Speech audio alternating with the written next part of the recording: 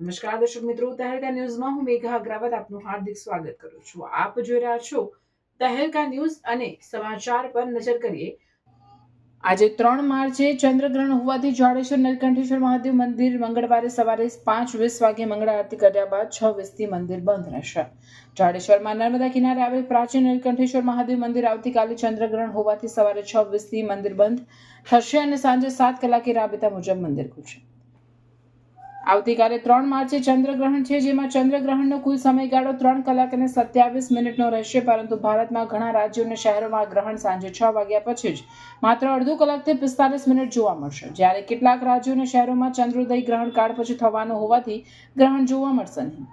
જેના લીધે વિવિધ શહેરોમાં ચંદ્રગ્રહણ પાડવા મામલે અલગ અલગ મત પ્રવર્તે છે. જો કે ભારતમાં કેટલાક ભાગોમાં ગ્રહણ દેખાવાના કારણે મંદિરોમાં વેદકાળ વગેરેનું પાલન સહિતની પરંપરાઓ અનુસરવામાં આવશે.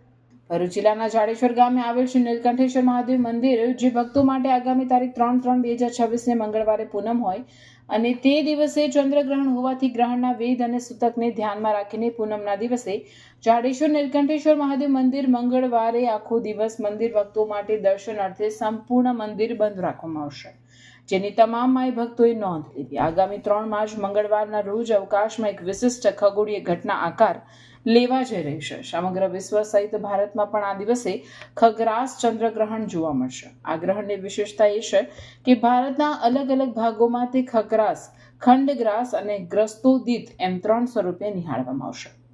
રિપોર્ટર અવી સૈયદ, ભરૂચ.